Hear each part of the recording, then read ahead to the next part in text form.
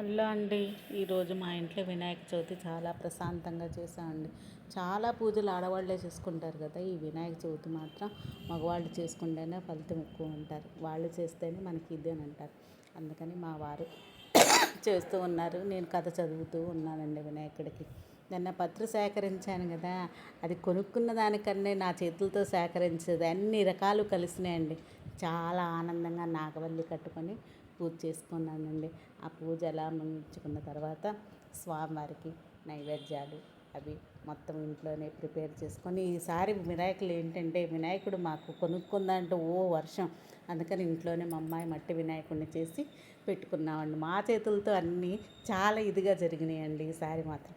అలాగ అయిపోయిన తర్వాత నైవేద్యాలన్నీ పెట్టి స్వామివారికి ఆరగించుకున్న తర్వాత మా మనసులో ఉన్న కోరికలు చెప్పుకొని, మాకు తోచిన విధంగా ప్రసాదాలు తయారు చేసుకొని స్వామివారికి నైవేద్యం పెట్టుకొని ఇలా ఈసారి మాత్రం పూజ ముగించుకున్నాం.